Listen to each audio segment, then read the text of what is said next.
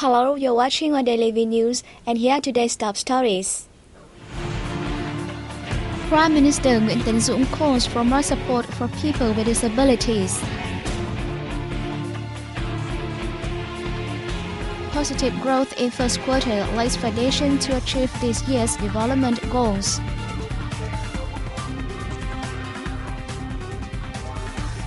Campaigns in response to National Voluntary Blood Donation Day launched across the country.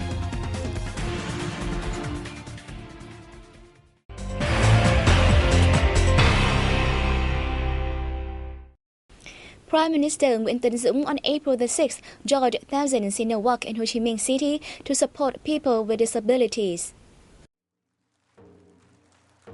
The event is a call for people from all walks of life to join hands in caring for and assisting the disabled to better integrate into the community.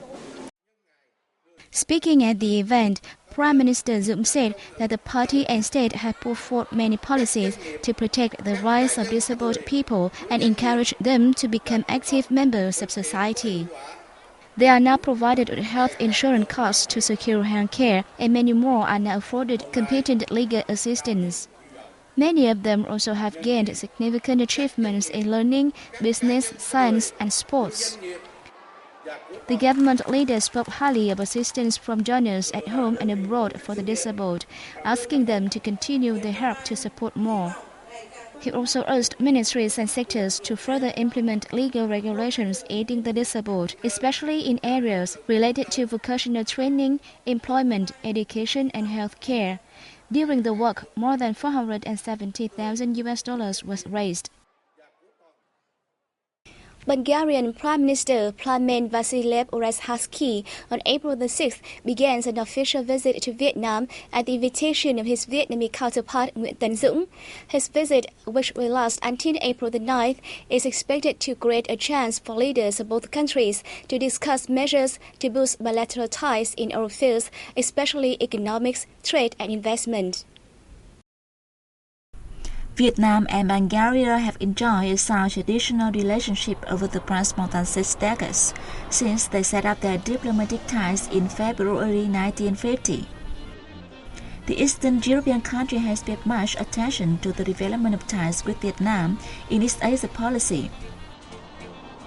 Two-way annual trade stands at about $70 to $80 million. The two countries are taking steps to implement a new economic cooperation model on the basis of making full use of the chance of excite. They also hope to lift up bilateral ties to a strategic partnership. Deputy Prime Minister Nguyễn Xuân Phúc has asked the Central Province of Quảng Bình to draw up a concrete roadmap for implementing registered projects in order to boost local socio-economic development. He made the remark at the first conference promoting investment into the province in Đồng Hới City on April 5th. The event drew nearly 200 representatives from Vietnamese and foreign businesses. There are 276 registered projects in the province at present, with a total capital of some $4.8 billion. At the conference, the entrepreneurs mentioned Quảng Bing's strengths and weaknesses and proposed policies favoring investment to be taken by local authorities. On this occasion, the Provincial People's Committee granted investment licenses to 13 projects totaling over $400 million and signed 8 investment memoranda of understanding worth more than $500 million.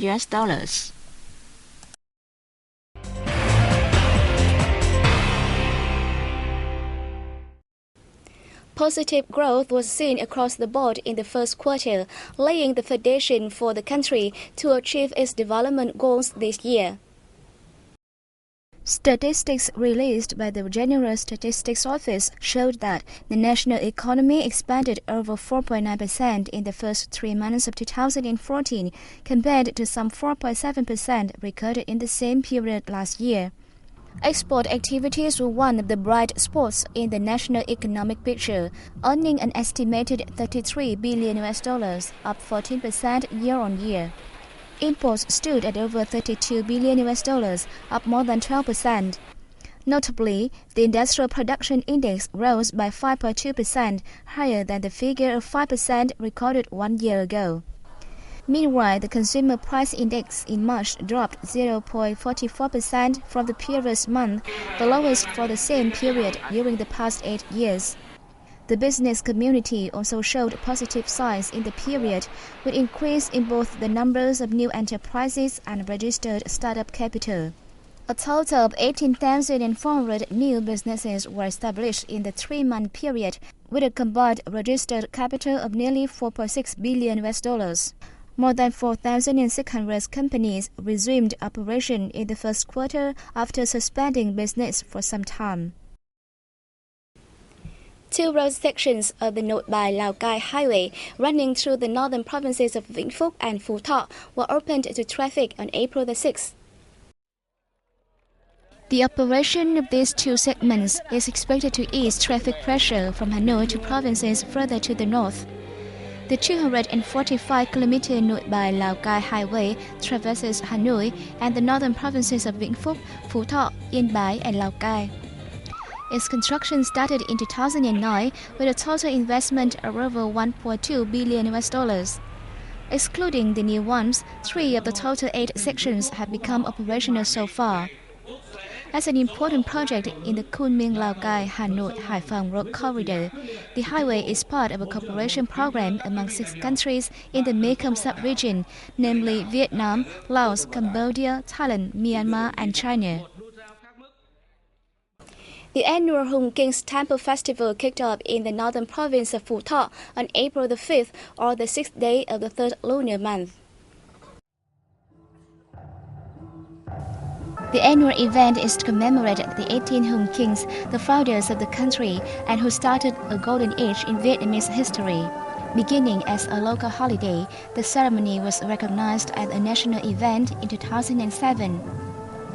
The ceremony takes place over several days, but the 10th day of the 3rd lunar month is considered the most important one. It demonstrates a strong desire for national prosperity and symbolizes community spirit. Coming to the festival is a deeply rooted custom in the minds of Vietnamese people in and outside the country. The worshipping ritual of Hùng Kings were honored by UNESCO as intangible cultural heritage of humanity in December 2012. Together with people in the homeland, the Vietnamese community in Singapore attended various activities in commemoration of the nation's founders. The first Hùng King Football Cup was held on April the 5th as part of the activities during the competition of 8 teams. The organizing board also held a number of folk games for the children to educate them of the Vietnamese traditional culture.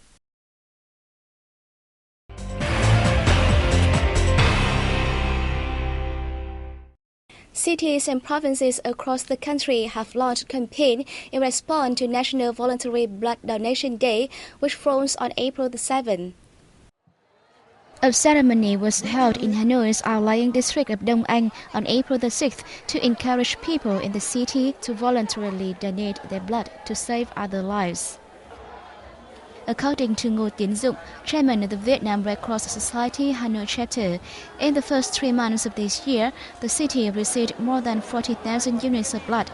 The figure represented 30% of the year's target. Hanoi is home to a large number of hospitals with increasing blood demand from patients. Currently, blood reserved for treatment meets 60% of patients' need. It is thanks to the success of the voluntary blood donation campaign. Last year, the city received 120,000 units of donated blood. Earlier, on April the 5th, the central city of Da Nang held a ceremony to mobilize people to give blood. The voluntary blood donation drive has drawn the attention of a large amount of local residents, especially young people in the city. During 2013 and in the first months of 2014, young volunteers donated nearly 30,000 blood units. The amount of donated blood met the demand of hospitals in the city.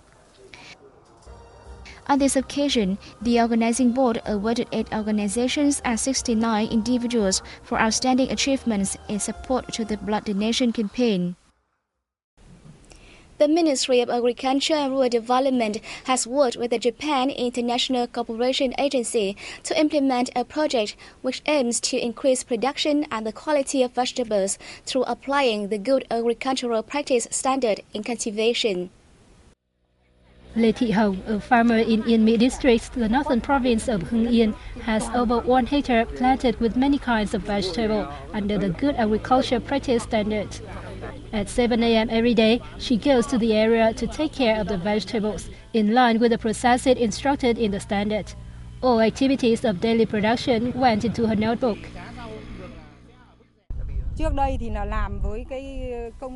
The application of good agriculture practice standard in producing vegetables helps us create safe products, thus ensuring safety for both planters and consumers.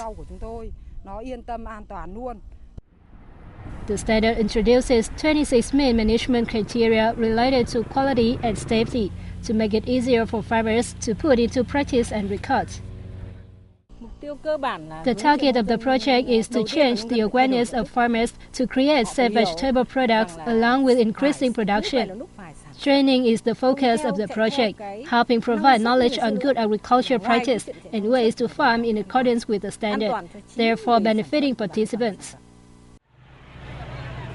Thanks to the application of the standard, farmers' production costs are reduced. Labeling products also facilitates the definition of origin, thus attracting more customers. We hope to further promote the application of good agricultural practice in not only production but also transport and business, because it helps ensure safety for both consumers and producers. After 3 years of implementation, the project was considered as one of the most successful models of safe vegetable production applied in localities. The model scale is scheduled to be further expanded in the coming time. As a traditional style of ritual folk singing, swan singing is usually performed in front of communal houses during village spring festivals. People living in the northern province of Phú Thọ, which is home to the world's intangible cultural heritage, are making efforts to preserve the art. Let's take a look. At the age of 105, Lê Thị Đá in Kim Đức Commune, Việt Trì City, is Vietnam's oldest swan singer. She learned how to sing from her mother, starting when she was just 10. Despite her age, her love for the art genre is still in her heart. To her, singing swan is not only to preserve traditional folk songs, but also a way to bring joy to others. Though now she doesn't teach swan singing classes as she did previously, she still spends time teaching how to sing swan to those who wish to learn. She's proud of helping preserve Asian swan songs. Many of her students follow her suit. After being taught by veteran artisans such as Mrs. Da, we are able to understand thoroughly the meaning of the lyrics. As the descendants, we have the responsibility to preserve the values of swan singing by teaching the younger generations. Artisan Nguyễn Xuân Hội, head of the Phú Đức Swan Singing Guild, learned to sing swan when he was 13. Returning home after joining the army, he has participated in many activities to preserve the folk singing. In 1990, he and some other artisans spent time collecting documents to revive swan.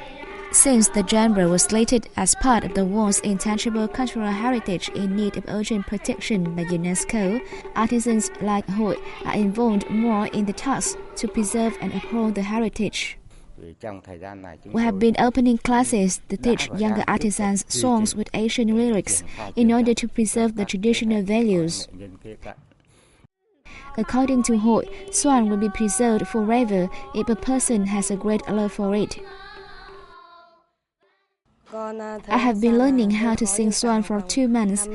At first, I found it a little bit difficult, but the more I learn, the more I have a passion for it. I wish the genre will be further preserved. Such people as Mrs. Da and Mr. Hội, with their great love, have made great efforts to keep the traditional values of swan singing. They are good examples to young people in order to join hands to preserve the art.